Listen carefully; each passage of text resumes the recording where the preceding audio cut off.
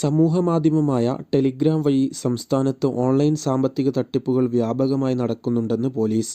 മറ്റു സമൂഹമാധ്യമങ്ങളിലൂടെ വലയിലാക്കുന്നവരെ തട്ടിപ്പുകാർ ടെലിഗ്രാം ഗ്രൂപ്പിൽ ചേരാൻ പ്രേരിപ്പിക്കുകയാണ് ആദ്യഘട്ടം.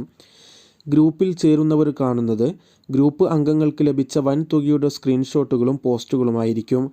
ഈ രീതിയിലാണ് ഇരകളെ കുടുക്കുന്നത്.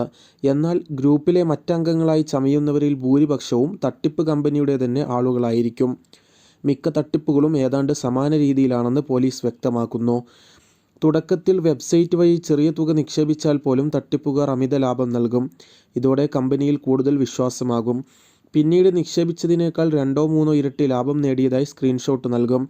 എന്നാൽ ഇത് സ്ക്രീൻഷോട്ട് മാത്രമാണെന്നും പിൻവലിക്കാനാകില്ലെന്നും നിക്ഷേപകർക്ക് വൈകിയാകും മനസ്സിലാകുക.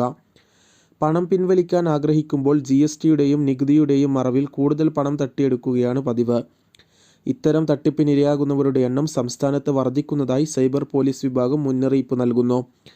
ഓൺലൈൻ സാമ്പത്തിക തട്ടിപ്പിനിരയായാൽ 1 മണിക്കൂറിനകം വിവരം 1930 അഥവാ 1930 എന്ന നമ്പറിൽ സൈബർ പോലീസിനെ അറിയിക്കണമെന്നും മുന്നറിയിപ്പ് നൽകുന്നു. ഇത്തരത്തിലുള്ള അനുഭവങ്ങൾ നിങ്ങൾക്കും ഉണ്ടായിട്ടുണ്ടോ? കമൻറ്റിലൂടെ നിങ്ങളുടെ അഭിപ്രായങ്ങളും മറ്റും രേഖപ്പെടുത്താം.